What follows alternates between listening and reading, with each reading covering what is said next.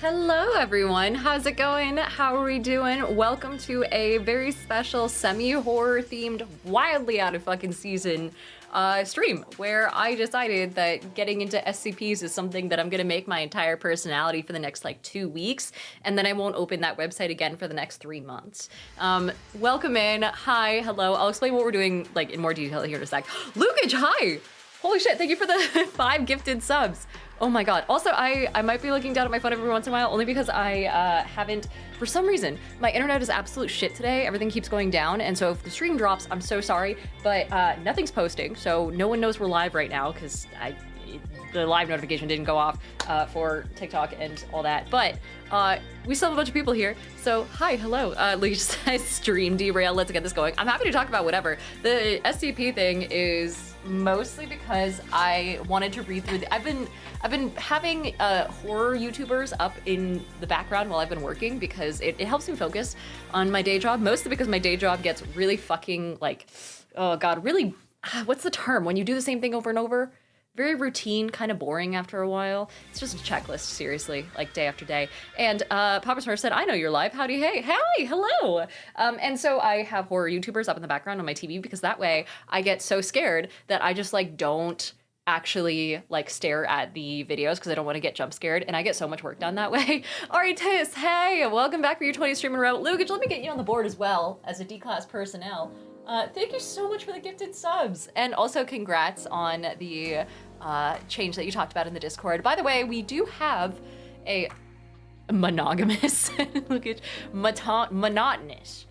That's the one. But yeah, by the way, if you haven't joined the Discord, we do have a Discord that goes, basically, it's not crazy. It's a very simple little Discord. We just chat about whatever the fuck's going on, but it's not spammy or anything. We also have a hype train incoming, which is fantastic, because Croissant also subbed. Hi, Croissant. Okay, Lukage, 86 with 5 gifted subs. Oh my gosh, thank you so much. There's a small little highlight for you. And then Croissant. How the fuck do you spell croissant? S-A-N-T. I commend you for spelling it right, because I would have gotten it wrong and then had that be my username for the next however fucking long. So good on you for that. Juice the Goose said, wait, that might be a full bodysuit? What are we talking about? Andronimo says, wait, D-class, you want to sacrifice us? Don't worry about it, it's better than the alternative. Because aren't D-class personnel yanked from like death row and shit like that? Lucas says it's the best Discord simply because she doesn't use @here and @everyone tags. That's right, I won't spam the shit out of you. Also, Berserker says, how's your day, Miss Diana? It was good, I got a lot done at work. I'm probably gonna go back to work after this, and I have my D&D game at 1 in the morning tonight, so I will be exhausted as shit. This is why I don't stream on Thursdays, by the way, is because every other Thursday, I'm coming after a D&D session that goes from 1 in the morning to about 5 in the morning, and so I don't get any sleep, by design. So yeah, that's why I don't stream on Thursdays. We're only a Monday through Wednesday thing. Johnny Infamous says, I believe it's pronounced croissant, but oh my god, I'm not even gonna try and pronounce that, but it's good to see you guys again. Let's see, we also have, oh my god, Ned Flanders 26 is here for the first time. Living Stagnant, hi, welcome in. Good to see you guys. Hopefully you're not living too stagnant. I hope you're making some forward progress. If not, that's okay too. I have a bunch of friends who are, oh my gosh, it's like you know those friends who are like the unemployed friends that you randomly see like on a mountain in the middle of Sweden on some random Tuesday? Oregon, and in particular Bend, is so full of those friends. Holy shit. Like my friend Joey is employed, but I don't know what the fuck he does, because he's out on a mountain half the time that I open his like snap streaks and shit like that. Everyone has that friend, right? Panda says, Diana, the hair is spectacular. Ah, thank you so much. Also, Ratmux says the sacrifices we make for D&D. It's, yeah. Yeah. But, let's see. Johnny Infamous says drugs. He sells drugs, I'm sure. I think he does drugs. I don't think he sells them. We can't talk about drugs, by the way. The TikTok live will get shut the fuck down if we talk about that. Chill Penguin, hi, welcome in. Okay, everything's finally loading. Hold on, let me get this story out and let people know that we're actually here real fast, and then I can explain what an SCP is. Does anyone not know, or has anyone read through the wiki before? Because it's actually quite famous. There's gonna be a lot of stories that you recognize. It's actually the source of the original Weeping Angels as well, which we can start with that if we want to. But it's, because like there were the Weeping Angels, but chronologically, the Weeping Angel episode of Doctor Who came out after a Weeping Angel SCP did. Panda says STD. No, that's a different stream. Different one entirely. Also, Autism Gaming says, what's the Discord link? It is in the chat now if you guys wanted to join and hop in. It's very chill. Let's see, Ratmuck says, thank you for making my background noise of choice for engaging my turbo autism. I'm here for it. And making my Pathfinder browser bookmark compendium with tag system.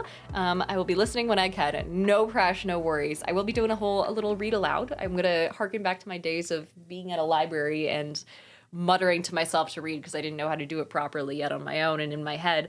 The Noodle 645, welcome in. So yeah, that'll be our day. Odie, hi! Oh my gosh, hello. Hellhound Frog also says, hi Dad, I'm glad I could finally catch you live. I just got back from my birthday party and I thought this stream would be a great way to end off my birthday.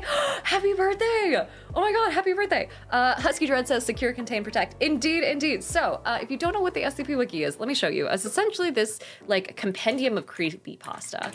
And it's very much like an in-universe sort of thing. If you guys have ever played Control, Control is the exact same sort of vibe, actually. I'm kind of surprised that they weren't directly related to each other when Control came out. Granted, I didn't play a lot of Control, but Control was a game that came out a little while ago. If you don't recognize the name, this is, here we go. Actually, let me go to the Steam page because that's way better. Jesus, it's still $40? This game came out forever ago.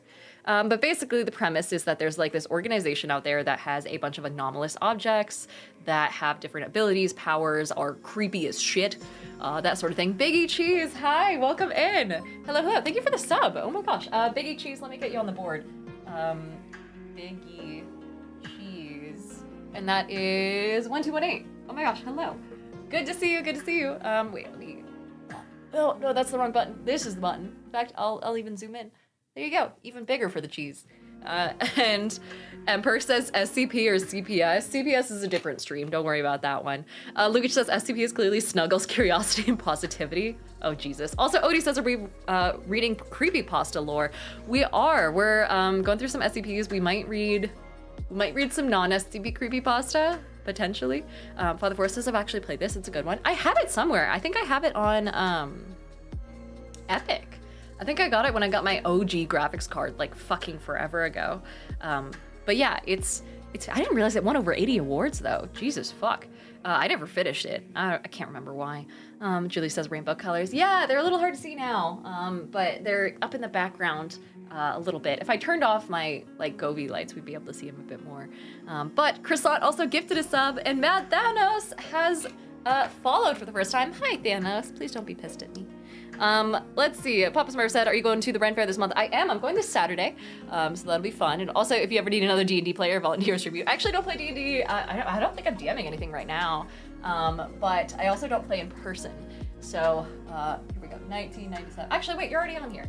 Let me do this. Let me erase the old name, and then put the new name up here, and then add it ×2. So that way you have a little bit of a multiplier. Multiplier? I know how to say things. Sometimes. Juice says we have a lot of streams not to worry about. Wait. I might have missed something. Also, Hellhound Frog says, thanks for the birthday wishes. My party was great. I even got a pie in the face. It was really fun. I feel like, what kind of pie is that supposed to be canonically? Is there like a certain pie? Because I feel like I wouldn't want a pumpkin pie shoved in my face. But also apple pie would just be really sticky. I feel like pumpkin pie would be less messy, but just kind of untraditional. Stupid Nerd says multiplier, the guy from YouTube. Also, Johnny Infamous says, how much time do you normally take when making your YouTube videos? For the shorts, it could be anywhere from like 10 to 20 minutes. And a lot of them are unscripted. If they're less than a minute, they're really not that bad. And then Juice the Goose says it's usually whipped cream. Oh, just like an empty pie crust filled with whipped cream? Oh, really? Like canonically? That's like the default pie? Really? Oh, it's banana cream, says Panda Shoes. Oh, just general cream. Got it. Well, you know me, I love a good pie in general, unspecified. Or shaving cream. Oh God. Airhead says usually it's even an empty tin with cream in it. This is such a boomer ass joke. What the fuck? At least make it edible. Kevin says chocolate cream pie is an option. Oh, gotcha. All right, let's get into it. So if you don't know what an SCP is, it's very much the same as like Control. It's basically where there's this whole wiki, and I'll send a link to it if you want to explore on your own, so that way you don't have to follow along with me. But it's a full-on wiki that is just full of creepypastas, and there are thousands of them. The original ones are the most like famous, and we can kind of go into, yeah, the top rated of all time and go from there as to the ones that you might recognize. Yeah, let's see. There's been a bunch of games based off of it, mostly horror games. Top rated, this is only the top 30 days. How do I find the top of all time? Oh yeah, top rated pages of all time. Here we go. So these are 100% the most popular. Baraka says, is it like the clown thing? What, getting a pie slammed in your face? Yeah, it's 1000% a clown thing, and I would never. Also, Atomic Sorcery is here, wanting me to roll the gold D100, saying a complication for a draw steel character? Oh no. Oh man, okay. I haven't played with draw steel yet, but I kind of want to. I've heard good things. Oh, this is the wrong D100. Hold on. So the D100s were gifted to us a little while ago, and we have two of them. We have a gold one and an iridescent one. This is the gold one. It's like hollow, and it's properly, hold on. It's got a little bit of a chime to it. Here we are. There we go. And we'll give it a little roll. It's not super consistent. It usually goes in like the 60s and 50s, but we did roll a 100 exactly once. So, you know. Also, Matt Thanos says, hello, currently running a campaign for 2-player groups in the universe of Hades 2. Oh shit, that's cool. Got a lot of inspo from your YouTube shorts. Nice to see you live. It's good to see you too. Welcome in. And Akoto says the lore is disgustingly deep. Yeah, it's fucking huge. Oh shit, 16. Okay. Atomic, your roll is a 16. Let me know what the complication ends up being. I'm kind of curious. I want to play Draw Steel. I haven't yet, but I want to get into it. Also, Ilki, hi, welcome in. Same with Booty Guns. Amazing name. Arrowhead says Dice ASMR stream. Yeah, I can do. I have glass dice, which is just. I want to tap things now that I have like these little nails. But you're gonna have to fully redo them before. They're getting crusty already. I've had them for less than a week. Lucas wants me to hydrate before we get into it. Yeah, I can do. And Atomic says Curse of Immortality. How is that a curse? That sounds amazing. For a Draw Steel character? Also, Crayhag says that Draw Steel is very odd. There's a lot of things to remember. Oh. I don't know. I know people who have made like supplements for it, and I know it's kind of rising in popularity, but let's see. Suspended animation indistinguishable from death. If your body is not destroyed while in this state, after 12 hours you regain consciousness and regain stamina equal to your recovery value, but you have a Bane on test made to recall lore. Oh shit, so it fucks up your memory. But you're immortal. Lucas says Curse of Immortality means you'd have to outlive all your pets. Oh, that's sad as fuck. Also, Bipolar Bear says being born with immortality would be different than being given it after some time. Imagine being born in an infant state. Just being like a newborn for the rest of your existence. I mean, at least you don't have to pay taxes, but fuck. No, it's just as Diana already outlived all her plants. God damn it. Full Irene says, have you read the original Slenderman creepypasta? I haven't. I've seen a little bit of gameplay of like the games. I haven't watched the movies or anything. Slenderman, where's the original? Is there a original story, maybe? But yeah, there was a like, oh man, there was like a rabbit hole that some kids went down that actually ended in some pretty awful shit. Okay, began in 2009 as a Photoshop manipulation contest entry in the Something Awful forums. Let's see, where's the original? Here's a Reddit thread of someone trying to find it. And yeah, here's the original website that it was on. Let me see if I can make shit. There we go, actually pop up. Yeah. God damn it. My Windows won't cooperate. There we go. July 17th says, or Atomic says, July 17th for the PDF release. Super excited to be running off playtest materials. Oh, that'll be fun. Oh yeah, you can see him in the background. So I guess it was just, yeah, it was in a paranormal image contest. Ugh. Ugh. Goodness. Recovered photographs from the Sterling City Library blaze being taken the day which 14 children vanished and for what is referred to as the Slenderman. Ugh. Ugh. So the original one, there's creepypasta.com. Aha. Jesus, it's only got an 8.55 rating. This is like one of the most popular creepypastas of all time. What do you mean only 8.55? The dude deserves at least like a 9.5. Fuck. Also, Lucas says, I just want to know my cat ate me want to know that my cat ate me when I pass. I assumed she would, and I just want to be right about that. Okay, 11 minutes long. But this is like a proper story.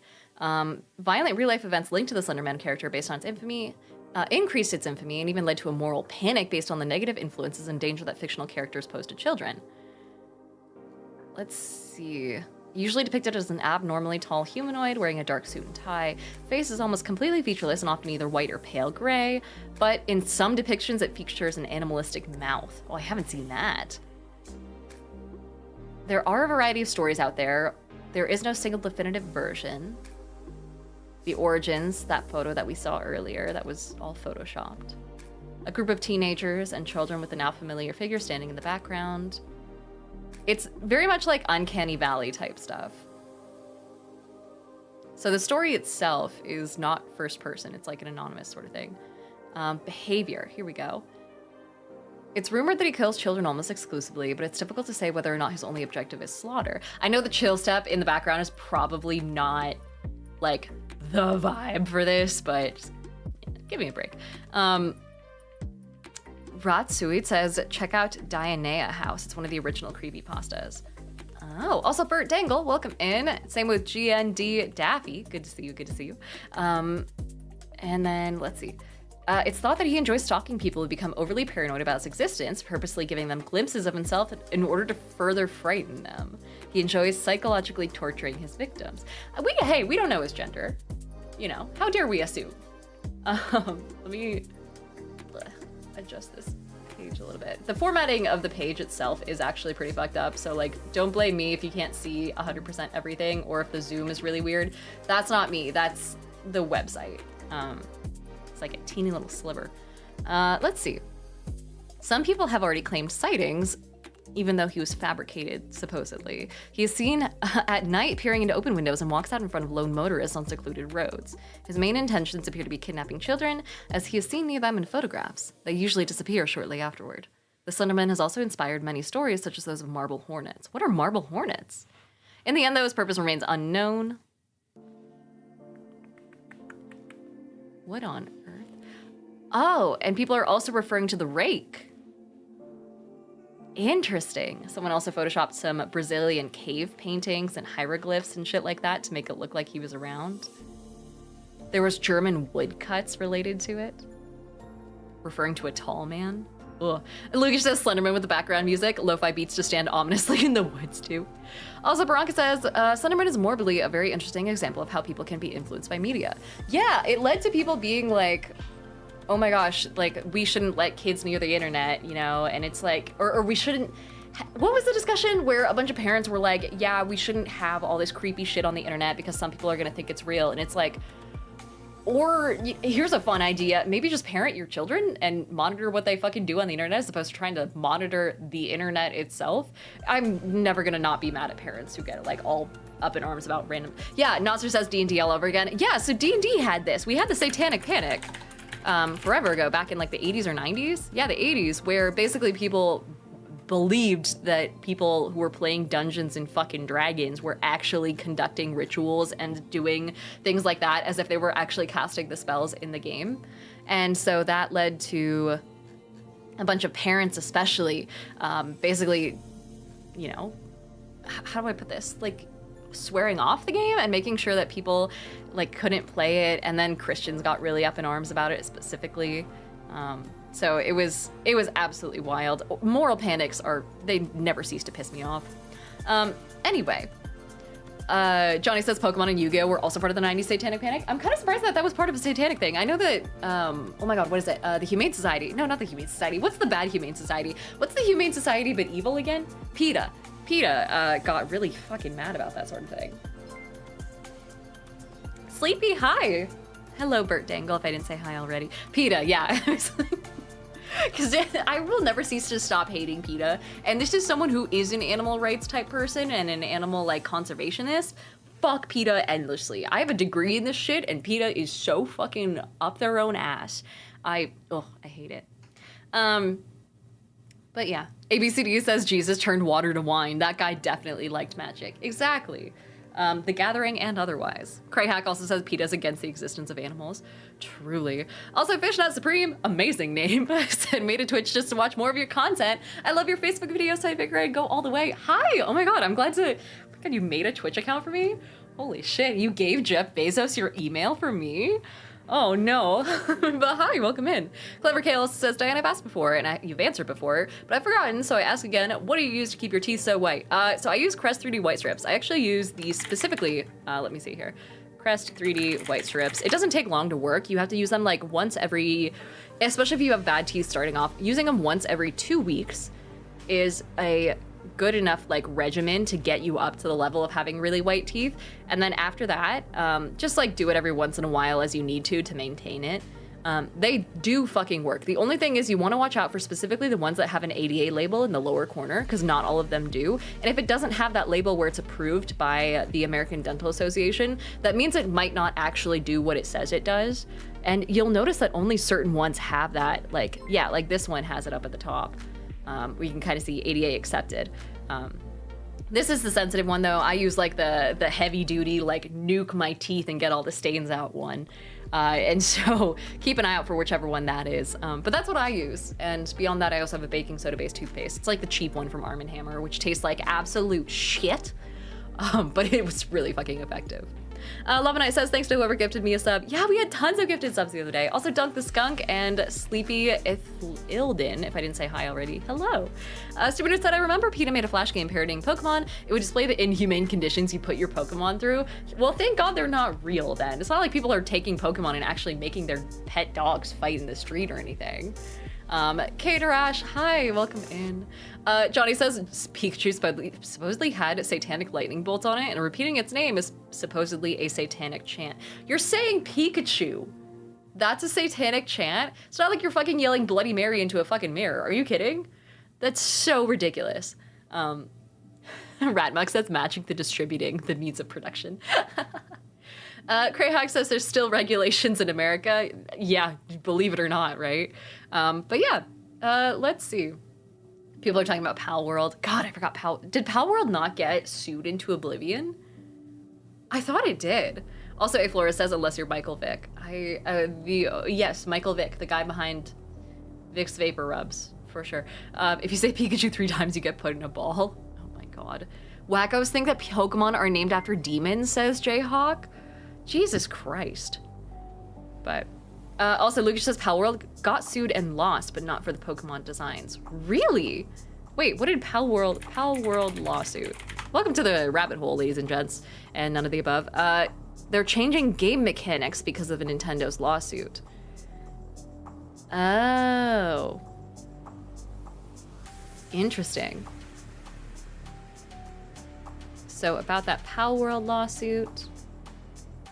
This is the actual site behind it, I imagine. Prolonged legal proceedings. We've had to make compromises to avoid disruptions to development and distribution. So the patch removed the ability to summon pals by throwing pal spheres and instead changed it to a static summon next to the player. Interesting. So you can't like yeet a ball and then have it appear in the ball space. It has to appear next to you. And that was enough? Also, hi Solo Goose. Same with Jonah's World. Welcome in. This is wild. Okay. As many have speculated, these changes were indeed a result of the ongoing litigation. I mean, that's not the worst. Also, from this patch onward, gliding will be performed using a glider rather than with pals. Pals in the player's team will still provide passive buffs to gliding, but you now need to have a glider in your inventory in order to glide. Jesus. Wait, hold on. There's no way that the fucking Pokemon team sued them to the point that they can't use animals to fly. Do you have a copyright on the concept of animals being used to fly? If so, there have got to be some old games where you can like grab onto a pterodactyl's legs and fly across a map and like shit like that. Like there's no way that's the actual...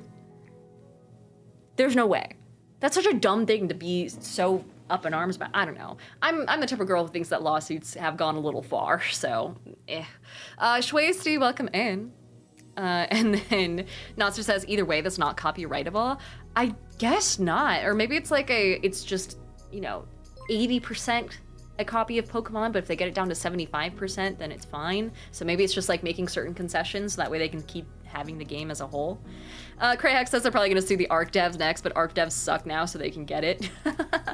Also, G the Mystic says, I think J.R.R. Tolkien has that with the Eagles. God, just wait till Tolkien finds out that Pikachu's coming for his ass. Omni Overworld, welcome in. And Omni says, I was a copy of Pokemon once. It was nice. Natsu says, I am sure it's appeasement. Yeah, I imagine so. Kugan also says, funnily enough, they patented all these things after Palworld was already released. However that works, really? Wait, let me look at the news for this. Pocket pushes to invalidate Nintendo's patents with a Palworld lawsuit. So Pocket argued that Nintendo's patents should be invalidated, claiming that the patent concepts were in use before Nintendo's invention dates. That's true. Rune Factory 5, Titanfall 2, and Pikmin 3 Deluxe are all examples of similar gameplay, so the feature has been a thing for fucking forever. Exactly. Get them. Get their asses. To counter another capture-related patent, Pocket cites several games including Nexamon, Monster Hunter 4G, and its own Craftopia as prior examples of similar mechanics. Yeah, okay. Also, it argues that games like Far Cry 5 and Tomb Raider have already featured different types of throwable objects, where titles like Octopath Traveler and Final Fantasy, whatever the fuck that number is, 14, allowed players to select targets and display capture success rates. Yeah, there's no way they can patent a thing like capture success rates. Ugh. The full patents are available. Let's see. First raised in September. Holy shit, yeah, they actually cite the proper patents, except they are in Japanese, of course. Interesting. Okay, you guys can't see this super well, but aiming direction and firing a combat character that will engage in combat in the aiming direction. Oh, so it's specifically throwing something that will throw a character that then enters combat. Or you could just let it go. You could just be, how about you guys be fucking chill for once, maybe? Atomic Sorcery says selective persecution is a pretty good defense. Exactly. And also Luke says confirmed Dinah's D&D nightmare puzzle is the doors with different Roman numerals on it. I'm not good at Roman numerals, okay? But yeah, let's see. ABCD says, you know that frivolous lawsuit of the old lady saying coffee is too hot? It actually was valid as fuck. The coffee was so hot it spilled on her lap. She had to get skin grafts and intense medical attention. Other frivolous lawsuits, though, yeah, very stupid. Yeah, that is a very famous example that is kind of wrong. The same way that people say that, like, blood is thicker than water. It's just an incorrect quote, and it's like you're not telling the whole story. Same exact vibe. So there's a lawsuit, for those who don't know, a little while ago from a woman who was suing McDonald's for having coffee that was too hot. And so, here, let me find it. Woman sues McDonald's hot coffee. Yeah, Liebeck versus McDonald's restaurants. This was basically what was seen as a lawsuit that was seen as bullshit in like the public eye for a while, because it was a woman suing McDonald's about the fact that coffee was way hotter than it should have been or needed to be. Unshipped says, is this a Palworld Pokemon lawsuit? It was, yeah, we were going over that. I don't know how we got on this topic, but yeah, and so in reality, you know, generally people were like, okay, you don't have to sue over how fucking hot your coffee is. It's a little much, don't you think? But in reality, like the full story that people don't usually tell you is that she went to the hospital, she went into shock, shit like that, and she was only offered $800. So it wasn't fantastic. But yeah, let's see. She lost 20 pounds, nearly 20% of her body weight, while she was in the hospital for 8 days and underwent skin grafts. Yeah, so there's now it's set a precedent, right? But yeah, let's see. Anyway, Crest 3D White Strips, Palworld, Liebeck versus McDonald. Mr. McDonald, Ronald himself. Dude, can you imagine Ronald McDonald just like showing up to a courtroom in like, instead of big red clown shoes, they're black, so that way they're proper. I need someone to draw fan art of Ronald McDonald in a courtroom, please, and I will not elaborate as to why if you're seeing this out of context.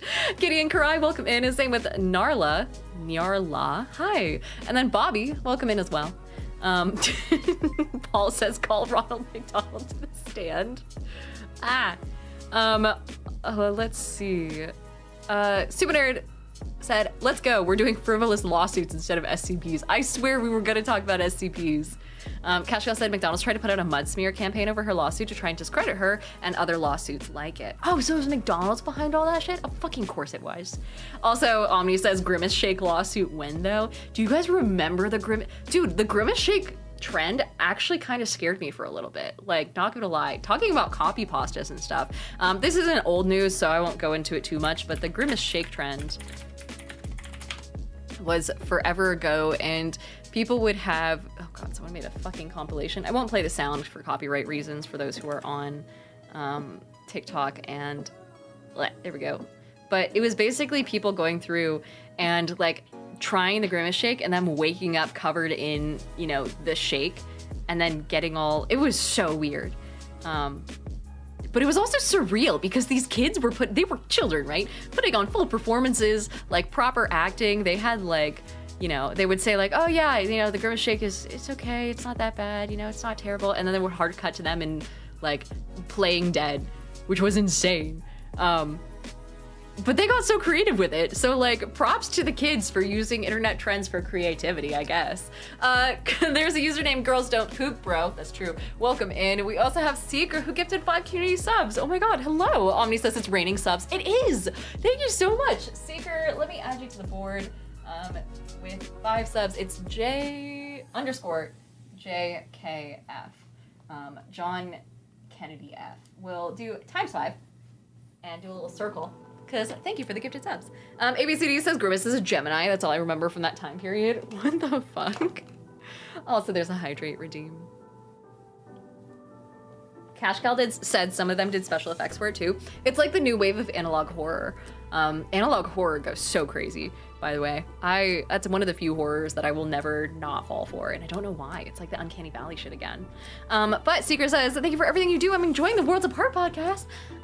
Thank you so much. If you guys haven't watched the Worlds Apart podcast recently, Lav is doing amazing work with like as little Easter eggs, editing herself into the episodes, and people are commenting on it like, Jesus Christ, I didn't expect an editor jump scare at 1 a.m. But it's so good. It's such a good podcast. Also, ABC says, oh my god, tomorrow's Grimace's birthday, June 12th? No fucking way. Is it actually? Did we just talk about Grimace Shakes before? Are we gonna summon him? Grimace's birthday. Oh man, yeah.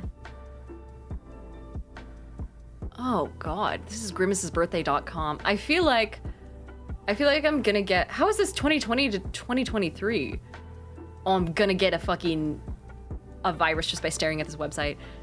Grimace's Birthday is a 2023 browser-based platformer developed by Cruel Toys and published by, why did they call it Cruel Toys? Oh, it's an actual legit website. Oh, okay. And it was created in order to promote the Grimace Shake.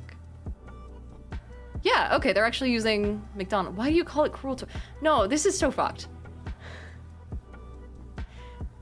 That's how, like, why use the word cruel? What is happening? Okay, press Z to start.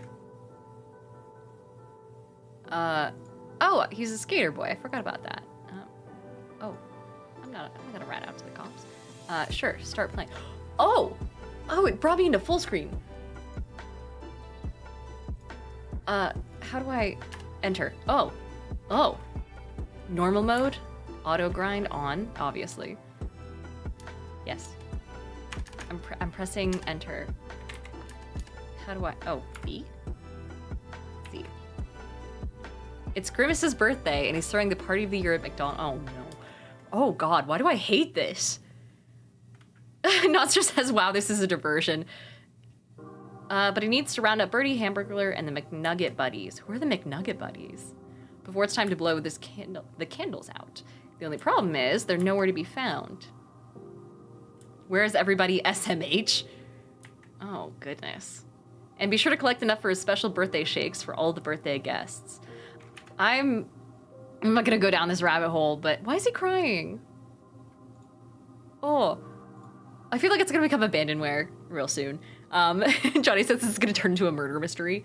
Also, Airhead says something about this is deeply unsettling. Yeah. And Stupid Nerd said technically this is an SCP. ABCD says I'm always on my auto grind. I'm like Grimace for real. Also, Iron Joker, hi. We were talking about creepypasta, and then we were talking about Palworld, directly related from Pokemon, because we were talking about PETA, because we were talking about the Satanic Panic, because we were talking about. No, I can actually trace this. This is one of my favorite things to do when I'm bored and stuff like that. So we talked about something to get to the Satanic Panic. No, yeah, we talked about SCPs, because we were talking about creepypasta.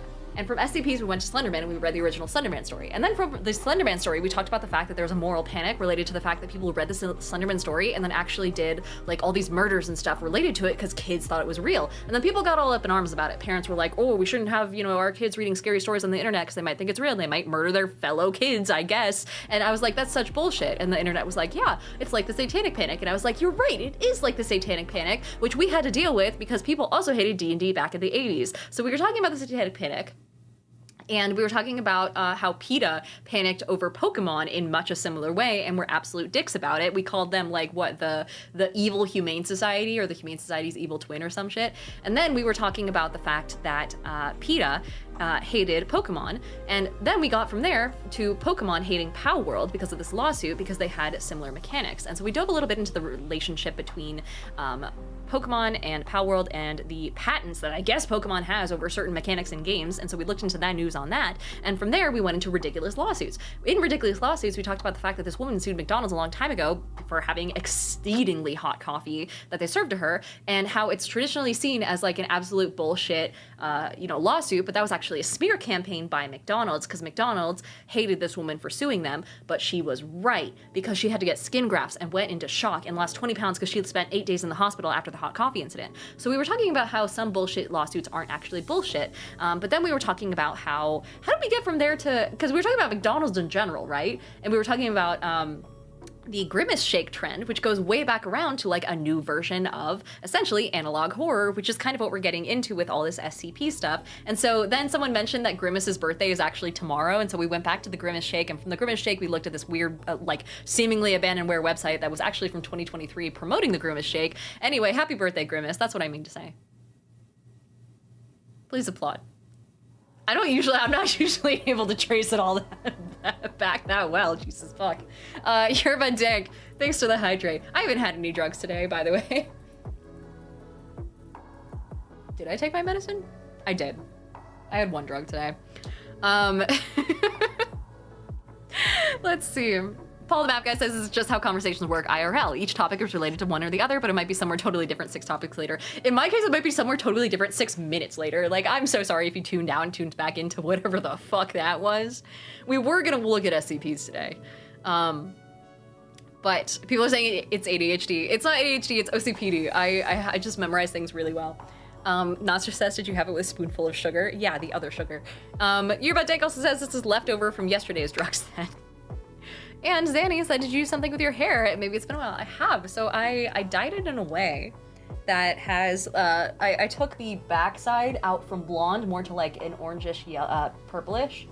And then the front is like a lot more blonde now, a lot more whitish as opposed to yellow. So, but yeah. Lucifer, hi, welcome in. So, people are saying the other sugar. Let's see. Blung Gang, hi, welcome in. We also have a Breathe. And Bellfire is here, same as Zadewise. Hellboy Beef is here as well. Good to see you guys, welcome in. You're just in time for the actual stream. Zadewise says meds aren't drugs unless you have an overly fun amount. True, but also they don't have like proper Adderall in Australia or something, right? Or there's like certain drugs that you can't get in Australia because it's like so controlled or something. I don't know. Omni says, not so fun fact, Grimace is a giant taste bud, so when kids hug him, he's technically licking all the kids. Ugh, why don't we sue them for that? But yeah, Serenity says saying drugs is more fun than meds. Yeah, right. Also, Mayo is here saying I started working on my own TTRPG. Really? What genre? Also, Lucifer is here saying, how's your evening going? Good. So we're talking about SCPs and also Grimace. Same thing. And if you look at the SCP Foundation website, these are the top ones of all time, including SCP-173. This is like one of the considered original ones. Where's the... Yeah, there used to be a picture here. I guess they got rid of it. But this website is essentially full of creepypasta. And they're written as if they are like files from a corporation that tracks down what they consider anomalous objects and entities and contains them. So SCP stands for Secure, Contain, Protect. One of the most famous ones is SCP-173, which is the original Weeping Angel. This shit came out before the Weeping Angel episode of Doctor Who. There's the item number, because they're all numbered in sequential order. The object class, which Euclid is relatively safe. That being said, it could still kill you. But like, we know how it works, and so you can kind of avoid it in that sort of sense. So Euclid means we know enough about it that we can avoid it killing us. There's also Keter class SCPs, which we don't know enough about it in order to contain it accurately. But these ones are contained enough. Then there's the containment procedures. So this says, item SCP-173 is to be kept in a locked container at all times. When personnel must enter SCP-173's container, no fewer than 3 can enter at any given time. And so you can kind of see the language here and how it's very like, I guess, regimented. The doors to be locked behind them. At all times, 2 persons must maintain direct eye contact with SCP-173 until all personnel have vacated and relocked the locker, or the container. Then there's a description of what it actually is. So it does how it's contained first, but then what it does. It's on a certain site. Origin is as of yet unknown. It is constructed from concrete and rebar with traces of Krylon brand spray paint. SCP-173 is animate and extremely hostile. The object cannot move while it has a direct line of sight on it, and line of sight must not be broken at any time with SCP-173. Personnel are instructed to alert one another before blinking, and the object is reported to attack by snapping the neck at the base of the skull or by strangulation. In the event of an attack, personnel are to observe Class 4 hazardous object containment procedures, which is a whole separate thing. Personnel report sounds of scraping stone originating from within the container when no one is present inside. This is considered normal, and any change in this behavior should be reported to the acting HMCL supervisor on duty. The reddish-brown substance on the floor is a combination of feces and blood. The origin of these materials is unknown, so the enclosure must be cleaned on a bi-weekly basis. So you might have seen this picture. 173 is by far the most famous SCP, and it's they call it the statue, essentially. Firefox, please. Justice also says, what the heck did I just walk into? We're talking about SCPs. Oh my god, they also have a little, there's an SCP store? No way, they have merch? Ah, look at him. They call him the Peanut because he looks like a peanut. But yeah, the official drawing of him looks like kind of like this, essentially. This is considered to be his front, but it's a little humanoid looking statue. What the fuck else is on here? Oh, this might just be like a little fan store.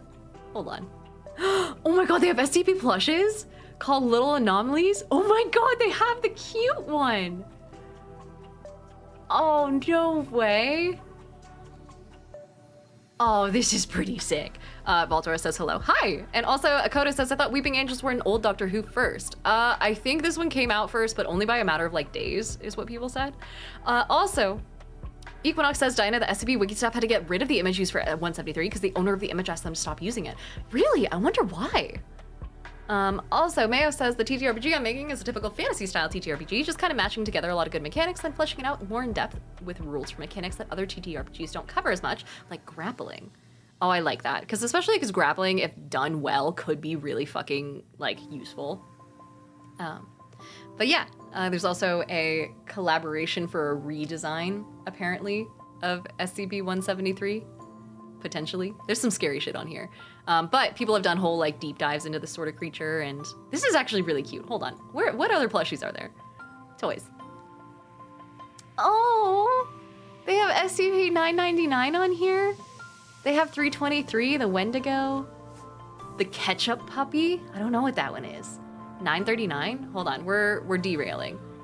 SCP, hold on. Give me the search. SCP 939.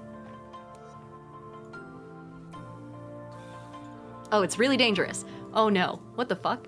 SCP-939-1-319-53. So these are all like subsets of this same category of creature, essentially. They're kept in a cell in a 10 by 10 by 3 containment chamber in armed biocontainment area 14. The cells are environmentally regulated and negatively pressured with walls of reinforced concrete. Observation windows are constructed of ballistics glass, 10 centimeters thick, protected by an electrified mesh, and humidity is at 100% at a temperature of 16 degrees Celsius. It's SCP-939-101 is dismembered and stored in cryogenic preservation tanks. Access is by, up to a certain level of clearance, and only one SCP-939-101 tank can be accessed at any given time. The tissues must be monitored while removed from cryogenic preservation, and if their core temperature goes up past 10 degrees, the tissues are to be returned to the tank, and all testing suspended for 72 hours. The tissues research can continue as long as its ramblings and pleas for release may be tolerated. Ugh. Paul the Map Guy says, don't throw SCP-939 anywhere, Pokemon will see you. Jesus. Also, Zadewise, thank you so much for the sub. Did I get you on the board already? I think I might have missed it. Oh my god. Hi, welcome in. Also, Equinox says, hey Diana, is SCP-261 on the list you have there? No. And also, Maya says SCP-999. 682 is another one. Yeah, we can, okay, I'll do a call for the favorites. I want to do this one, the ketchup monster. I want to do 999 because it's really cute, and then we'll go back to 231 or 261. But Zadewise, hello. Thank you so much for the sub. We also have Vault Troller wanting us to roll a d20, saying, will tomorrow be better because I had a tough day at work today. We also had Lukage saying that there is an advantage on that. So here we go. Here is our canine glass gem cut multifaceted d20 from Norse Foundry. It's all glowy. Let me give you a quick roll. First one is a 3. Second one is an 18. Thank God for Lukage's advantage. Jesus fuck. 18 is gonna be a lot better. I hope the day goes better for you too. Spumonian Bitters, welcome in. Also, ABCD says my last 2 weeks of work was so intense that I took this week off. I wasn't built for capitalism. Oh gosh, I feel you. Zadewise says, I just found you on a YouTube short 20 minutes ago and I already know you're my new ASMR. I'm so sorry in advance, but also welcome. But also, hi Vault Dweller. So let's see, containment cells should be cleaned. Heavy sedation of SCP-939 is required before any interaction. There's a transfer and experimentation protocol. You have to wear hazmat gear. Additionally, all live SCP-939 must be implanted with subdermal tracking devices upon capture. Now we get to the description. It says it's an endothermic, pack-based predator which display atrophy of various systems similar to troglobotic organisms? Similar to... Oh, species that basically live entirely underground. So that probably means that they have really small eyes and like thin skin. The skins are highly permeable to moisture and translucent red, owing to a compound similar to blood, essentially. They're 2 meters tall, Jesus fuck. And each of their 4 limbs end in 3 fingered claws with a 4th opposable digit, so it looks like a velociraptor, which are covered in setae, which considerably augment climbing ability. Oh, setae are like the little ridges that worms have. The heads are elongated, devoid of even vestigial eyes or sockets, and contain no brain casing, but they have teeth similar to those that belong to, a viperfish, and that have heat-sensitive pit organs. So pit organs are what snakes use to detect heat, essentially. They don't have any vital organ systems, but they're capable of bearing live young. They lure prey by imitating human speech and the voices of prior victims, although imitation of other species have been documented.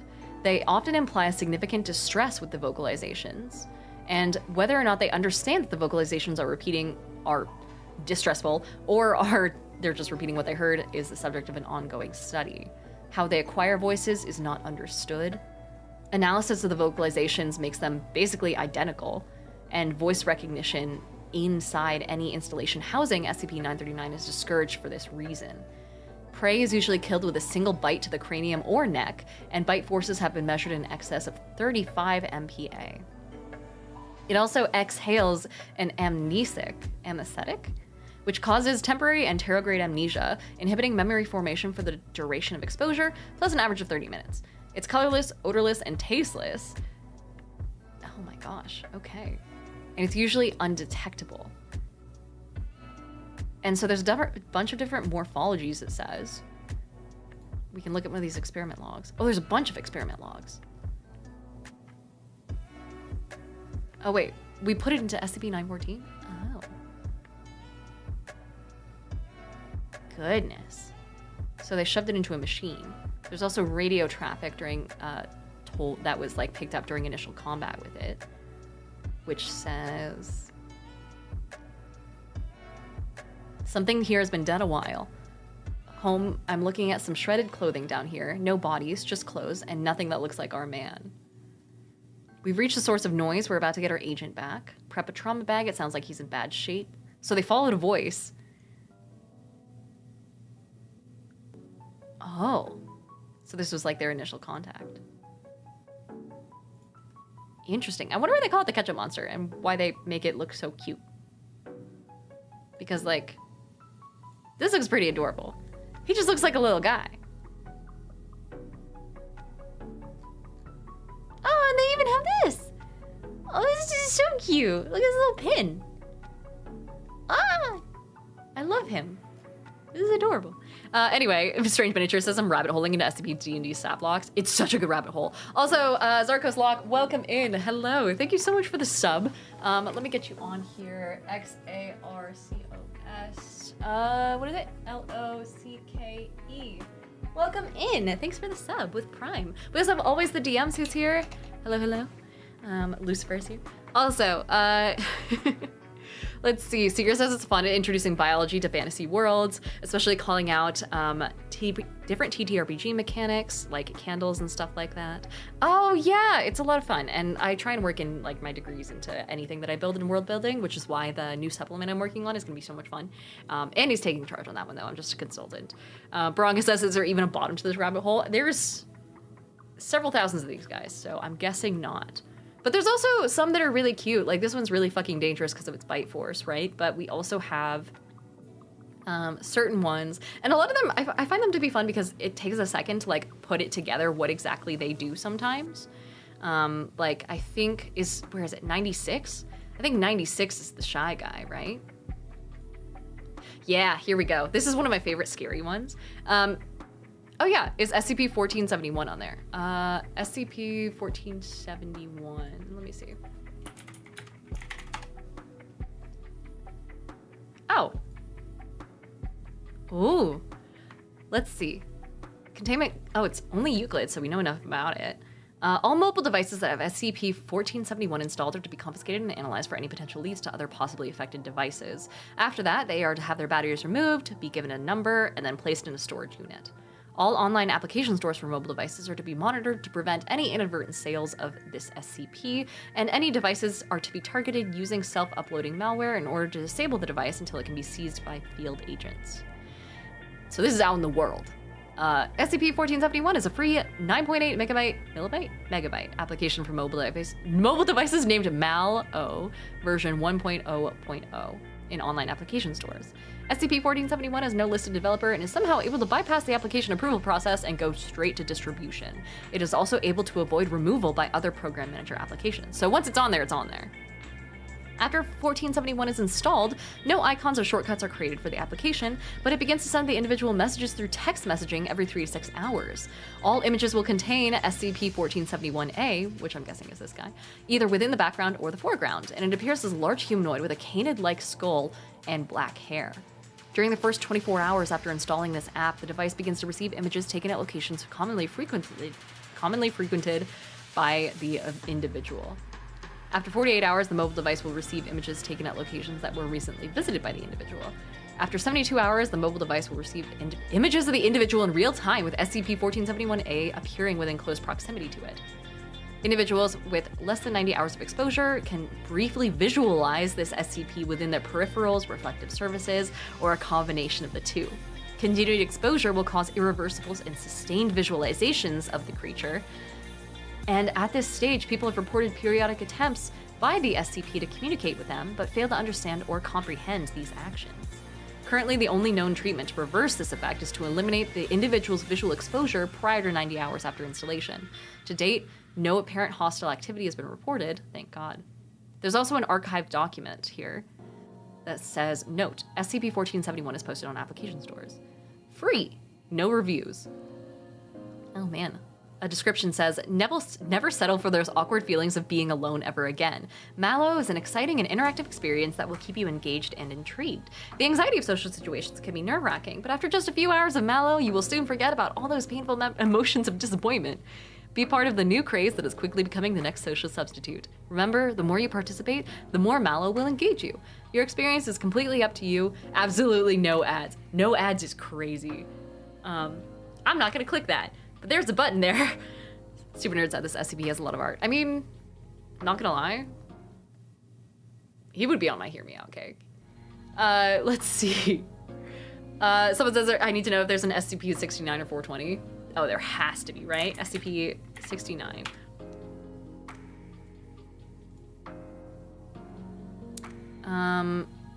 Currently impersonating a Foundation agent. It's not a funny one, it looks like. There are joke SCPs, though.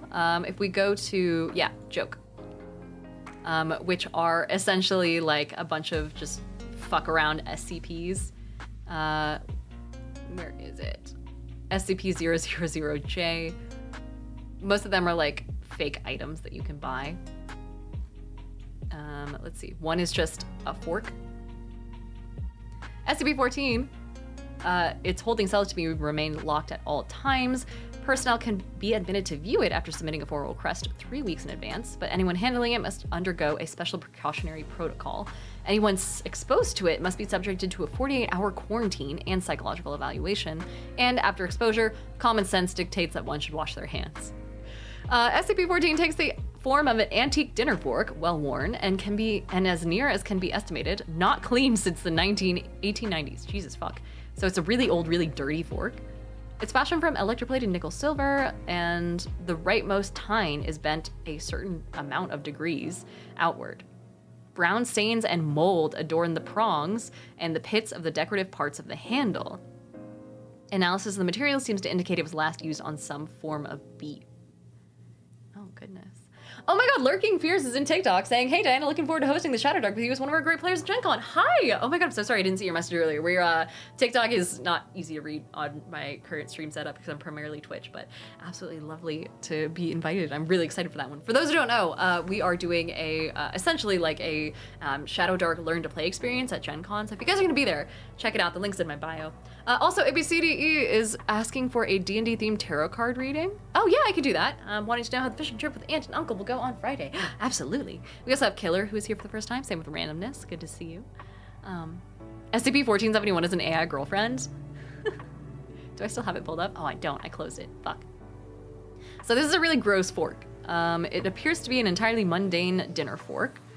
If it is possessed of any extraordinary qualities, those are known only to the highest echelon of this project's coordinators, and the representatives assure us that the fork is in fact very important.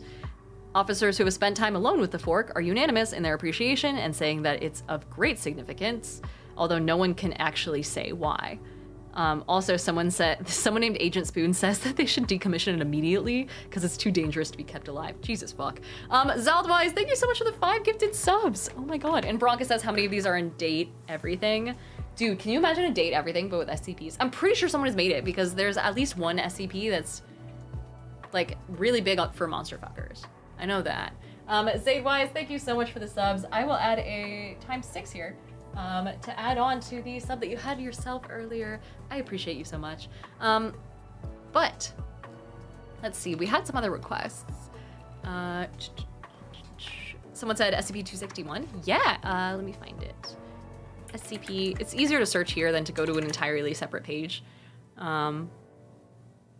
SCP-261, it's considered safe. So this one, we not only know how it works, but we know that it is not gonna kill anyone, which is great. Coleslaw, hi, and they hater, welcome in. Same with Space Axolotl. I'll let you guys read this for a quick sec while I grab the D&D themed tarot deck, because we did get a redeem for that to see how the weekend's gonna go. And this is pretty well shuffled already from last time, because I shuffled way more than I needed to, so I'll just do a couple quick ones here. But Paul says this makes me want to hold a session where all we do is come up with 5 or 6 SCP ideas, so write your own. That'd be fun. I like the concept. I think people have converted SCPs for sure to D&D before. Let's see. Fullerin says the Scarlet King is my fave. This one says, any access to SCP-261 must be approved by staff with level 2 security, clearance, or higher. All items dispensed by it must be recorded along with the amount of money entered and the amount of time elapsed between uses. It can only be used 10 times in a 24-hour period with no transaction exceeding the equivalent of 500 Japanese yen. Items dispensed should be reviewed by health and safety officials before consumption. Failure to do so releases the Foundation from any obligation regarding negative effects. Items deemed dangerous or useful to research will be confiscated, and financial compensation provided in proportion to money spent. Now, this SCP appears to be a large black vending machine with no front glass panel and a small keypad on the right side. It was discovered in Japan, and it was brought to the Foundation after an investigation of an urban legend about a magic vending machine that was circulating on the internet. SCP-261 was found in a back alley behind a large shopping center with a handwritten sign saying "out of order" in Japanese taped to it. It has no marks of identification, and locals don't remember how it got there.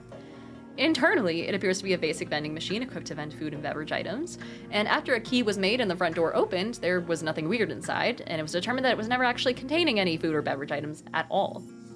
The keypad, while connected and operating correctly, does not activate any of the dispensing mechanisms.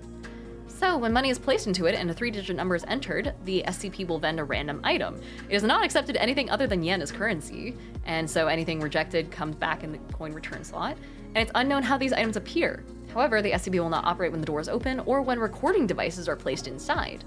The number entered on the keypad has no effect on the item vended, nor has any pattern been detected. They are always some form of snack food, and typically have bright, attention-grabbing packaging. Now I'm hungry, fuck. SCP-261 is capable of operating with no power supply, but it causes unstable vending to occur much more quickly than normal. If it's used several times in a short time period, or large amounts of money are entered before an item is vended, then the SCP will start to dispense bizarre items. While they're still technically food, their suitability for human consumption is often non-existent. Ooh. Also, Strange by Nature says, to me, without the presence of 53, 682 is the most dangerous. 682 is wild, and I honestly kind of love how much it's a driver of just absolute panic. Also, Mayo says, no, I'm not sure if you saw my last message because it got drowned, but what would you think of a TTRPG that has built-in role systems where each class gets unique buffs based off of what role the players choose?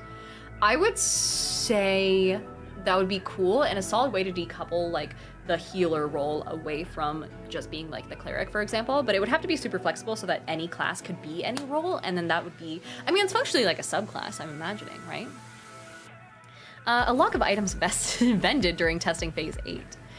800 yen were entered for each item, items being dispensed every 2 minutes.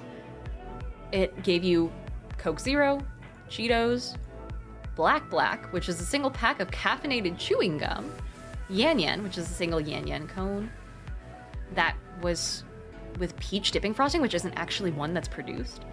Pepsi Dragon Twist, a can of Pepsi Cola with a trace of fruit flavor, packaging in English. It was identified as dragon fruit, but PepsiCo doesn't actually make this. That's cool, so it can create like alternate reality, like Pepsis? How crazy is that? Dr. Bacon, hi. Same with White Fluffy Sin and Space Axolotl. Good to see you guys, good to see you. Space Axolotl also says, I've been seeing your shorts, had no idea you stream. 1762 is by far my favorite, but if you have time to try a small rabbit hole, then try 55. Try not to forget it too quickly though. Yeah, there's a lot of suggestions. If I forgot something, toss it into chat. Also, hi Ash and Wanderer, welcome in. We also have Dark Side Cola with clear liquid inside, and when opened, the liquid reacts to air and changes to dark black over a period of several seconds. It looks like billowing smoke, and it's described as cola with something spicy in it, in flavor. There's also 7 grain, which is a small tube the size of a candy bar with a green button, and when the top is twisted off, the massive dough is extruded. The dough contains enzymes and bacteria not yet identified, and on contact with air, it rises and bakes, killing the microbes in the process.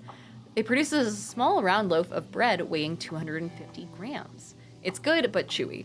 I would love chewy bread, are you kidding? Like some mochi? Oh. Berserker says, what if 261 just vended all lost items like socks from the dryer, coins from the couch, etc., etc.?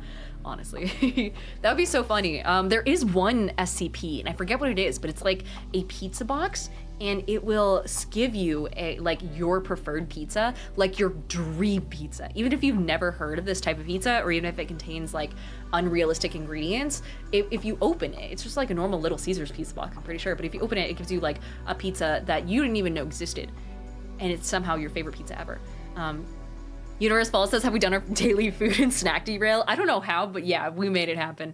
Maya says, I'm building it so all classes have access to all roles, and each one has a different buff from the role, so any given role doesn't just cover all, doesn't have a cover all boost. So the Battle Priest gets an AC boost from the tank role, but the Warlock gets the free cast of currently not made shield spell that allow them to create a shield.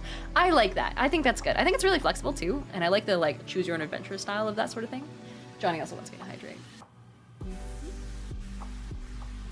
Also, Chris also is gonna get that cheese pizza from the Goofy movie. Let me find this one because it's really good. There's a couple other ones that don't have, before I get into this and do the tarot deck reading here. It looks like there's a bunch of like random stuff. One of them was a tall thin aluminum can with packaging in an unknown language. Opening the can caused a chemical reaction with the liquid inside the can, and the liquid was apparently not intended for oxygenated atmospheres and detonated violently, causing several injuries and killing 2 researchers. Testing discontinued, an area cleared, and the area was observed to smell like citrus for several days. There's also a whole ass log where it looks like people can kind of like go in and add their own like this is like one of those collaborative type things where people can just kind of write their own stories of what they imagine they would get out of this machine.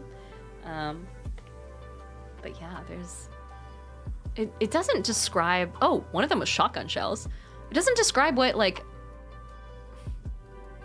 the more dangerous ones are. I thought they would be separated in some way. Let's see, for 1,500 yen, when unpowered, it gave you an ice cream flashlight. The object was a flashlight in the shape of an ice cream cone. Testing showed that anything illuminated with the light would slowly convert to ice cream with the flavor of the ice cream depending on the material used. Not bad. Let's see, Iron Joker's gonna lurk. Hi, also Drew is Dad is here. Hello, hello. And Strange Miniatures says, how many SCPs are we wanting to eat? Dude, don't, I'm so hungry. By the way, the tarot deck poll that we have from earlier is the High Priestess for ABCD Fuck Me, who was asking how their weekend's gonna go fishing.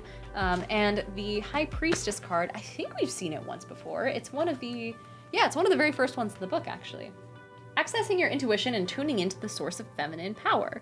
And the plot hook here says you encounter a holy woman who offers you each a gift. So, feminine power, I guess. I don't know. I think with regards to the weekend, whatever feminine power means to you, I suppose. But, you know, trust in your own intuition, trust in your own wisdom, and your gut instinct, as I imagine what that would kind of mean. But either way, I think it would go well. I mean, the fact that the plot hook says that you'll get gifts, I would love that. Natsu says your grandma's gonna give you a scarf in the middle of summer. Congrats. Hey. Also, Shamo, welcome in. Zaldwise says, or Zaidwise, I keep misreading that, says, that favorite pizza SCP has not met my order history. Half the pizza would be exotic veggies, and the other half would use white sauce instead of marinara, would be square cut, and have gold foil on top just for fun.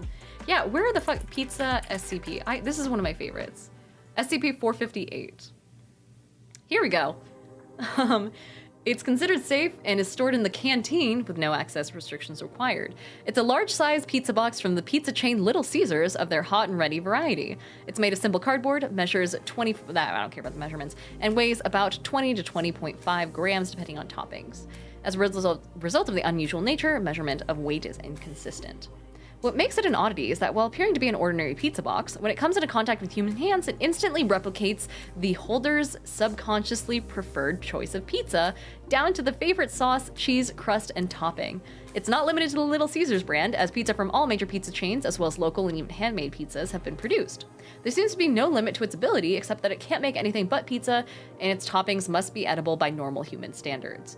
The box is also rather indestructible, as all tests to destroy or dismantle the box have proven fruitless. It's assumed that it's at least semi-sentient, so it's probably telepathic and can sense the holder's personal choices. And testing showed that it has infinite power to generate pizza, but it has little other use. So they placed it inside the canteen so personnel can just use it for lunch. Personnel morale has shown to have sharply increased. Upon testing 458 with a certain SCP, the subject took a bite of the slice, which appeared to be a garlic-free slice of sausage and olive pizza on wheat crust. And this was met with the response, "It's a fine slice, but I would have preferred a rather different sauce." So it's inferred that the box cannot use substances that are indigestible by regular human bodies. Further testing confirmed this. There's also a note here saying, I would just like to remind all staff that just because we have a pizza box that can constantly create pizzas for you does not mean you can just sit around and eat pizza all afternoon. If continued abuse of the box continues, coupled with reports of personnel gaining unhealthy amounts of weight, I may be forced to implement a mandatory physical training regimen following lunch hours. They've also given it to a bunch of like sentient SCPs in order to see what their preferred pizzas are, like SCP-999, what do they call it, the tickle monster, the hug monster? Likes a soft dough base smothered in chocolate ganache, layered with assorted chocolates, chocolate chips, Hershey's Kisses, and Reese's Pieces, and scattered candies like gummy bears and M&Ms across the top, drizzled with melted chocolate and sprinkles. That's so wholesome. Also, Seeker says, I'd be super curious as to what my favorite pizza would be. Yeah. Also, Luke says she might find a lemon SCP. Is there a lemon SCP? No way. Is there? Kashgal said diabetes. Indeed. Let's see. Further testing on SCPs may reveal some odd characteristics about the SCPs themselves and is suggested. And then someone else updated said, further cross-testing is permitted but requires approval. Oh, there's also a lot of like addendums and small notes here. Oh man. SCP-166 liked thin crust and then complained about moderate discomfort and nausea. SCP-181, as a reward for good behavior, got a pepperoni, sausage, and marinara stuffed crust pizza, and then it said that it was a lucky guess. 73 wanted... Oh, it began... Oh. I'm not going to read all that. But SCP-999 is the other one that's like really fucking cute. This is the other one that had merch, actually. If we go to the catalog here, and toys, this guy, the tickle monster is what they call him. He's such a cutie. He's just a happy little guy. And they have him on shirts and stuff. What an absolute sweetie. Oh no, go back. So this guy is really famous because he's just like so wholesome. SCP-999 is allowed to roam the facility if it wants to, but otherwise must stay in its pen for sleeping between 8 p.m. and 9 p.m.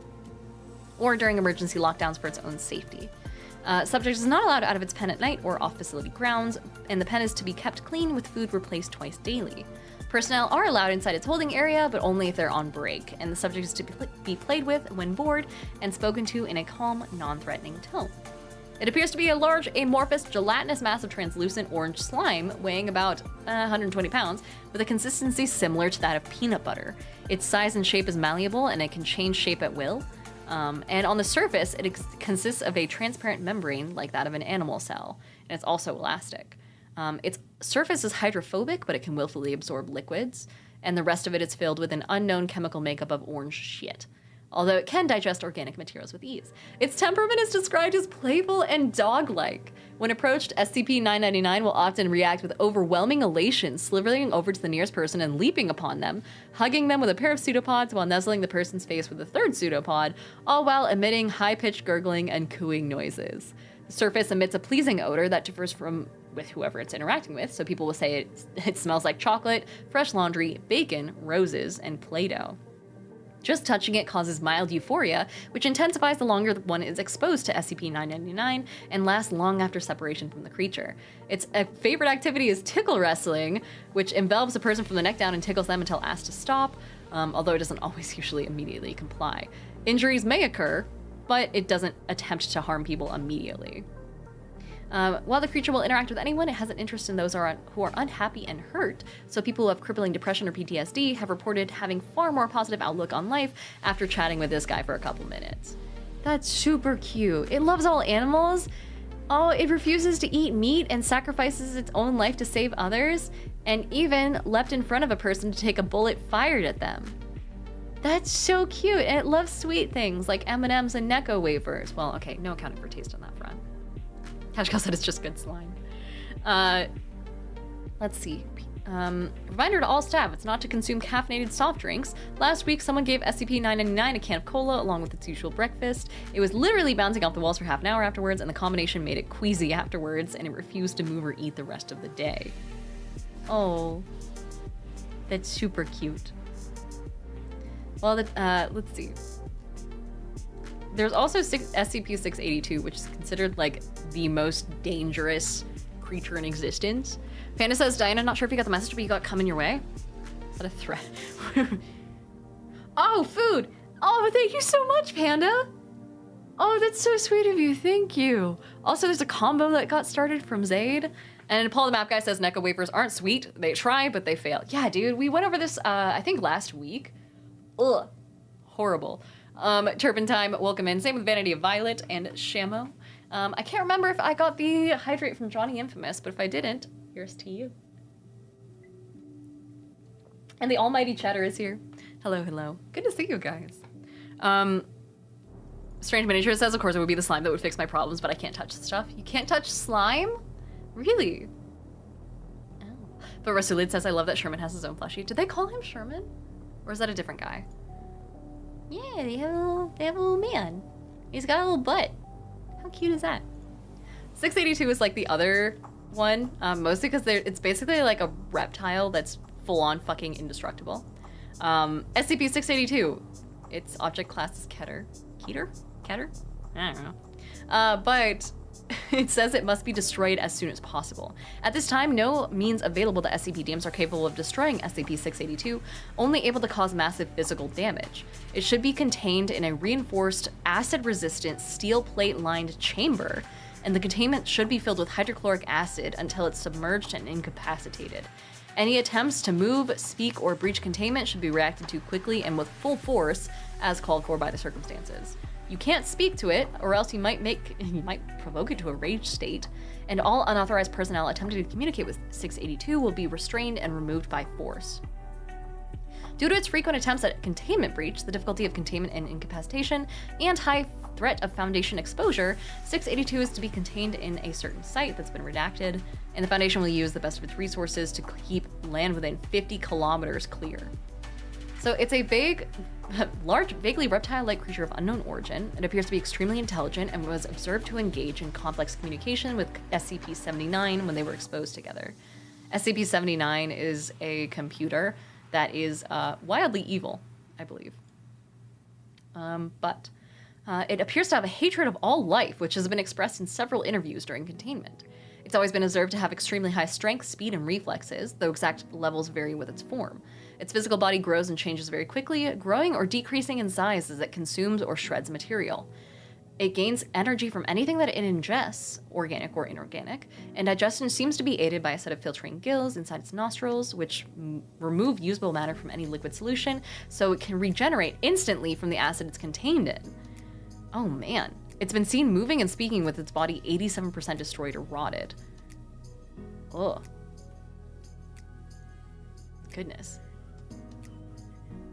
Oh man, there's like there's an audio file. Hold on. Of this. Now why did you kill those farmers?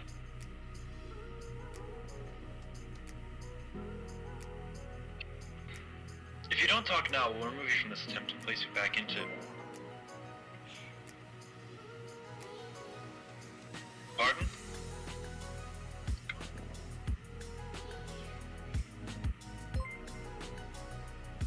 Speak up. Move the mic up closer.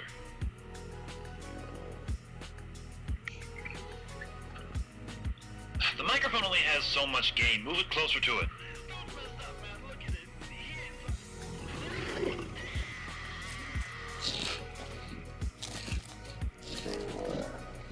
Disgusting.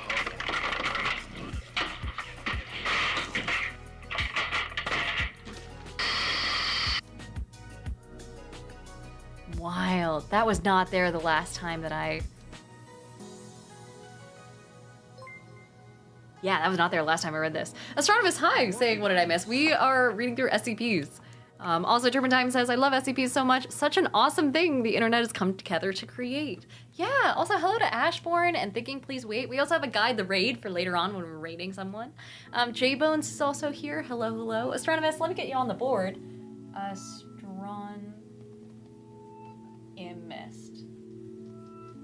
There you are. Hello, welcome back and thanks for the sub. Stupid Nerd said the recording with the chill step in the background. Oh shit, yeah, I got the chill step on, didn't I? Whoops. I can't hear it, so my bad. But yeah, so there's like a whole bunch of, it looks like anytime there have been breaches, anyone that's involved, or the vast majority of people involved, have died, and so that's not fantastic. There was an attempt to use other SCPs to contain it, but when we tried, it just adapted and became immune to it instead. But when we gave it the tickle monster, where was it? Oh my gosh, here we go. This happened. The tickle monster slithered towards it, and then 682 didn't like it and stepped on it and completely flattened it. But SCP-999 can be seen crawling up from between 682's toes, up along its side and around its neck, where it begins gently nuzzling with its pseudopod. A wide grin spreads across SCP-682's face, and it started to feel happy for fucking once in its life. They had a tickle fight, and then 682 fell asleep with a smile on its face. Now, all persons with, oh god, and when they went back to try and get 999 out of there, it escaped, killed everything in its path, and is, oh, that's not fantastic. SCP-999 has not shown any fear towards 682, and in fact made gestures suggesting it wants to play with 682 again. However, 682 said that feculent little something can something and die. Goodness. Big Dubs, hey, welcome in. And oh my god, Astronomist also said my favorite SCP is 3812. Yeah, I can go to 3812. Let me see. I want to do 96 at some point. SCP 3812. Oh, I hate this already. This is one of the newer ones. Oh wait, 3812. Was it that? Yeah. 3812. So this is after they have switched to like a new form of essentially like website setup. And so they have the item number, the bars indicate the level of like how much access you have to have in order to receive the information related to it or to access that item. Also, Big Dubs. Here we are. Big Dubs TV. Thanks so much for the sub, friend. Welcome back. And then, oh, saying new hair. Yeah, I got the blonde bits touched up a little bit. Saltwise says except fatal wounds. Oh, it cures all wounds except fatal wounds. Jesus. Then there's the Keter class, which basically says that it's dangerous if uncontained. So there are like, hold on, let me go to the, here's the guide for newcomers. Everything's contradictory. Yeah, the object classes mean they're safe, so it's simple. Euclid means containing is more complex, and Keter means that containment is very difficult to maintain. Where are... Shit. Guide for writing, maybe? Table of contents. How to write an SCP, syntax formatting, appearance. I thought there was a page that had like all of the designations, but I guess it's not here. Anyway, there's a risk class, so it's like how dangerous it is if it gets out of there, and disruption class, I can't remember exactly what that one means. But SCP-3812 is currently only partially contained. Due to its nature, any attempt to contain it will invariably lead to failure, and despite quarantine efforts and ongoing research, the classification of Keter is essentially meaningless. At any point, for any reason, it can not only breach containment on a global scale, but also cause potentially catastrophic damage to Earth and local reality. Its capabilities are unknown, and further research is required. However, we're going to classify it as Keter until further notice. See containment proposal below for more information. So there's a proposal, which has a fake like footnote, saying that it's just supposed to be constantly monitored to create an area of exclusion around it wherever it is. Special care must be taken in order to prevent unnecessary exposure. We need to focus on mitigating its influence on population centers and research more about its actual capabilities, as well as monitor all forms of digital media to prevent widespread awareness of it. It has an active, aggressive, anomalous influence on reality. It's capable of altering events throughout time to prevent its containment. And due to the nature of these alterations, it's highly unlikely that any individual affected by its anomalous influence will be aware that they are affected. So, most affected individuals no longer exist, likely as a result of the influence, although any attempt to deduce how this happens will have to be speculative.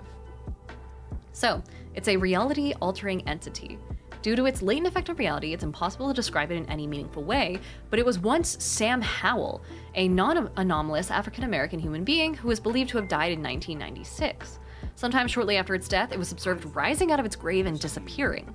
It was brought to the Foundation after its presence resulted in the demolition of an apartment building in Warsaw, Poland. Its appearance varies significantly, and this is where its current location is, over the South Pacific Ocean. It exhibits signs of an extremely advanced schizophrenia complex, which means that it has extreme paranoia, extreme dysphoria, mania and depression. It can't properly perceive its surroundings. It can't discern the difference between real and imagined. Oh my gosh. It can't control emotions. It hears things, sees things, and feels things that aren't there. Ugh. And since it was initially discovered, its symptoms have grown worse. It's responsive to questioning and sought help managing its condition from researchers, but over time it became more isolated and withdrawn, eventually becoming entirely unresponsive and acting erratically. It's not able to accurately perceive the world around it and will occasionally alter reality, especially if the thing causes stress, whatever it's seeing, in order to diminish the discrepancy with how it perceives something and the way that something is in actuality. It's impossible to know how often reality has been modified, only how often it's not created a clean alteration and has left behind evidence of its influence on reality. So it leaves behind conflicting memories, unchanged records, and occasionally entirely doubles of the conflicting person or event, which is how we know it exists. It's impossible to contain because it just alters reality to remove the cell or moves itself to a different location, which drastically impedes containment efforts. It resists any attempts at containment as well, and even if it's caught unaware, it can't be tranquilized because it just removes any threats to itself. Over time, it's become significantly less humanoid and is now only vaguely humanoid and manifests in a variety of shapes and appearances. So it's like schizophrenia manifested. Interesting. Also, hi Ames, welcome in. Thanks so much for the raid. Sorry, I've been like fucking just reading SCPs over here, don't mind me. Also, Dice, hello, thank you so much for the sub. We also had Diddy Wow who's here, Strange Miniatures who subbed. We have Seeker who wants me to breathe. And Chapo One Deep, welcome in. Same with Mikey Not the Turtle. Hello everyone, hi readers, how are we? Welcome to some SCP readings. But Cashcal says it's 8:30, gotta run. Have a good night, Cashcal. I'll head off here soon too. Strange Miniature says, how was I not subbed already? I'm so sorry, but welcome to the board of D-class personnel. Strange Miniatures. We also had Dice Goblin Black Cat, an amazing dice maker. Dice Goblin Black Cat. Here we are. And then, let's see. I think that's everything. I think I'm caught up. Oh, Swick, welcome in. Thanks for the follow. Dice Goblin says D-class. Oh no, I don't want to die. I'm so sorry. This is just today's theme, I swear. To be fair, some D-class personnel gets to do some fun shit. I'm pretty sure. I think. I'm sure I've read of it somewhere. That's like probably a thing, I bet. Uzumaki, hi, welcome in. Let's see. So yeah, we were talking about this SCP who just seems to be a dude who's like subject to, I guess, schizophrenia and like a bunch of panicky shit. And unfortunately just like, I don't know, I guess just has the ability to make himself feel better by changing life. Let's see. He hears voices. There's like interviews of it. He knows that things are going on in his head and he doesn't like it. And when he's like, oh yeah, I have to get out of here, he just fucking disappears. So he's an existential threat. In truth, it's probably better for us that it's insane. It isn't capable of comprehending the kind of things it could do to us. It just acts on impulse and things change to fit those impulses. But since it's as locked in as it is, those changes stay local. Imagine if it got the idea in its head that it didn't like the concept of empathy, and suddenly empathy no longer existed. We have evidence that suggests that may have already happened. A few sparse texts and individual accounts of half-forgotten memories, all consistent with a dirty reality alteration, all to the point that as recently as the 1980s, there was a concept, potentially even something as fundamental as an emotion, that no longer exists. An entire concept wiped clean from reality and the collective subconsciousness of all sentient beings. The point is, we need to figure something out about this one quickly. Oh. This is wild. It's also got excerpts from things. At one point, it was detected moving through a sparsely populated region in Paraguay towards a more populated region on the Argentinian border. Interesting. It's attacked by a large number of local wildlife, and it repels these attacks. And then a sinkhole appears below it. A number of objects fall from the sky onto it, which appear to have been tungsten rods, although the origin of them is uncertain. And they look like they pierce him, but they actually disintegrate within half a meter of his body. Wild. A bunch of things attempt to kill him, and then it just doesn't work. Huh. Okay, well, Foundation Overwatch Command received a message on a secure server, the access to which is limited to overseers alone. The contents of the message after this incident are as follows. Your world has rules, physical rules that cannot be broken. You call them laws of the universe, and that's what you study. Once the laws are established, it cannot be changed. I wrote the laws of your universe, and as such I created the narrative. This is the first time I tried something like this specifically. I wanted to create something that, by definition, superseded everything that superseded it. I wanted to see how many layers there are, as if the stack of narratives really do go on forever upward. And the mistake was, I didn't realize that by making him supersede everything that supersedes him, he's also superseding himself. Sorry, I think I fucked up really badly this time.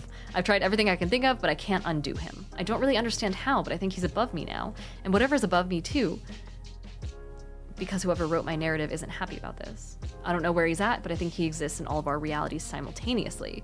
Eventually, he'll either reach the top or just keep going, and neither option is good. So something tried to kill him, saying that it was a mistake, and the Foundation believes that it might be a god. Oh, crazy. Ordo, hi, hello, Tanaya, welcome in. Good to see you guys. Berserker says this SCP is legit the Mandela effect. Yeah. Zaydwise says, poor guy. I know, I feel bad for him, especially the fact that they keep referring to it as it in this, as opposed to saying like, oh yeah, it's him. Oh yeah, they call it a voice behind me. There's also frequently asked questions for this guy. Oh, for the page, I see. I'll end with one of my favorites. Strange Miniature says, God, I'm never gonna financially recover from this. Truly. But HT, welcome back for your 10th stream in a row. Welcome in. So SCP-96 is arguably one of my favorites, only because it's so fucking terrifying in concept. It says SCP-96 is to be contained in a cell that's an airtight cube at all times, and you have to check it weekly for any sort of cracks in it. There's no surveillance or optical tools of any kind in the cell, and you have to use pre-installed pressure sensors and laser detectors to ensure that its presence is there.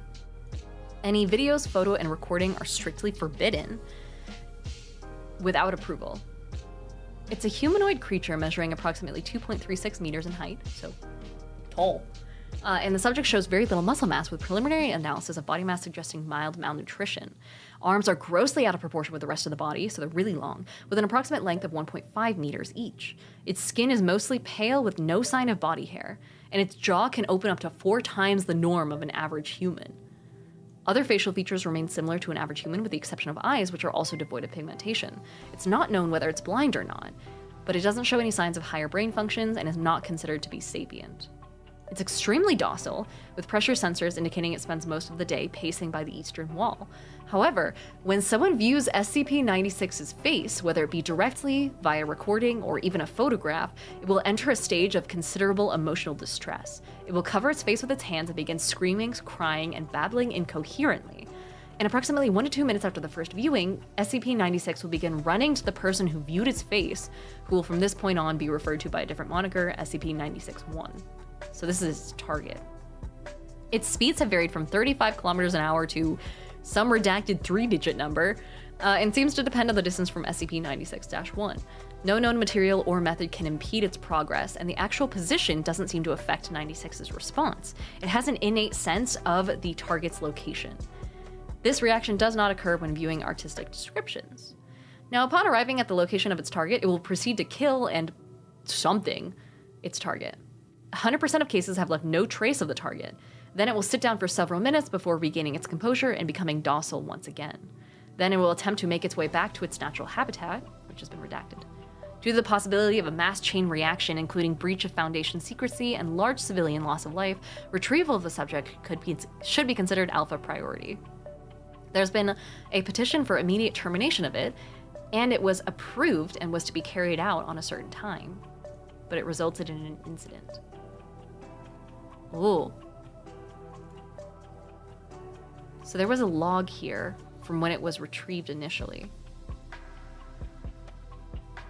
They had to use anti-tank guns on it, and it didn't even flinch. It just kept tearing apart a bunch of people who saw its face. Goodness. They have an artist's depiction of its face. Let's see. Yeah. So they put a D-class personnel, D9031, which was a convicted felon and former tattoo artist. It was placed inside a bathysphere, which was located in a trench off the coast of New Zealand, like an underwater trench. Maddie, hi! Hello, hello. Falcon says the Shy Guy one. It is the Shy Guy one. Hello, hello. The following was recorded via video. between it and Dr. Dan's control site. Let's see. It reached a depth of 10,800 meters. Oh my gosh, the D-class personnel was like, hey, what now? And he said his ears hurt, but the person running the experiment was like, hey, that's fine. On your left should be a steel container. Open it and there will be a manila folder containing several photographs. Open it and describe the first photograph, please. Now the camera's located so the photograph can't be seen. And it says that it's a photograph of an empty cell at first. Great. The second one had a photograph with a foot in it, which was pale and bony. And then the third one was its actual face. The guy was like, oh shit. And the doctor was like, can you please describe it? The D-class personnel said, I don't know, some creepy ass person. He's pale, has white eyes, and something fucked up is happening with his mouth. What the hell is this thing? At this point, Dr. Dan in Experiment Control was notified that SCP-96 breached containment. Its fastest path to the target has been cleared of civilians and other image capturing devices, and it was being tracked by satellites via a tracking collar. Now the tattoo artist was given a pen and paper and was, spending 20 minutes drawing a sketch of the photograph. And by the time he finished, he had a couple minutes, 40 minutes, until 96 started diving towards him. Oh, God. And then attacked the guy through the bathysphere. So that's how they got the drawing. That is crazy. Anyway, that should be the end of our stream. We've already gone over by like 10 minutes. I have shit to do. Thank you so much for hanging out, guys. This is a bit of a fun one for me, mostly just because I wanted to read through SCPs, and I thought that you guys might take interest in it. There have been a decent amount of attempts. Wait, Turpentine says, have you seen the short film for SCP-96? What? No, hold on. There's been a lot of like fan art and stuff like that. Some people call him the Immortal Devourer. Oh yeah, Cinder did a video on him. So these are like the pics of this man. He was in like the video game and things like that. They call him Shy Guy. Oh, they have a little plush of him. That's horrifying. But yeah, oh my God, wait, what? Oh, this cannot be a real. Yeah, okay, I was like, there's no way there's a real Magic the fucking Gathering card. There is not, but yeah. They blur out his face in most photos and things like that in like fan art and whatnot. I haven't seen like a video though. Aw, man, I'm getting kicked out of my session. Our systems have detected unusual traffic from your computer network. Damn it. That's fine. Anyway, Astronomus says the only other SCP I love is SCP-3000. I don't think I've seen 3000. SCP-3000. Oh my God. Bus. I have to do another CAPTCHA. Here we go. A massive aquatic serpentine creature. Oh, it's a cognito hazard. Oh, this is just like those guys who were in, what do you call it? Like the... Fuck. What do you call it? Subnautica. Johnny says, what about SCP-80085? It's a cognito hazardous entity. Causes mental alterations in viewers. You experience inexplicable head pain, paranoia, and fear and panic if you look at it. It was discovered in 1971 after fishermen were reported missing after drifting near the Indian coast, and it caused mass hysteria. Yeah, it causes detrimental effects, like mental effects, and then it just attacks. Oh God, these new websites are crazy. There's so much info here. Oh God, this is a whole ass story. Ooh. Anyway, Strange Miniature says SCP-80085 is the tits. Jesus. Let's see, Vader Raid, hello. Thank you so much for the sub, friend. Good to see you. SpongeBob SQP is also here. Vader Raid, I'll toss you on the board before we head off, but we had someone guide our raid earlier, so we have a friend who we're gonna go say hi to. Go ahead and use the knife emote when we get there. And we're gonna raid into, if they're still going, let's see, Von Necros. Hopefully. If... Damn, it doesn't say that there's a channel under that name. Fuck. Okay, we might have to just raid into someone normal. Or maybe they're just not online right now. Yeah, they might not be online. That's okay. Let's head over to... we can talk to Cinderblock Sally, actually. Ask him about SCP-96, because apparently he made a YouTube short about it, so it's on topic. So we'll go say hi to him. He's also doing homebrew for D&D campaigns, so we could 100% just go say hello. In the meantime, thank you guys so much for hanging out. It's been lovely having you, and I will see you guys again next Monday. I'm going to run for this weekend, and I'll report back on Monday. For those on TikTok, I'll say goodbye now. And for those on Twitch, hang tight. Say hi to Cinder for me. Oh my gosh, we also had 5 gifted subs. Zade, thank you so much. Holy shit, that was like right before leaving. Oh no. Okay, Zade, I'm gonna up your number to an 11 real fast. There we are. Johnny says so long and thanks for the fish. It's been lovely having you guys. Thanks for letting me do a little side tangent. And then, yeah, I will see you guys on Monday, 5 o'clock Pacific time. And until then, have a wonderful rest of your week and weekend. Bye-bye.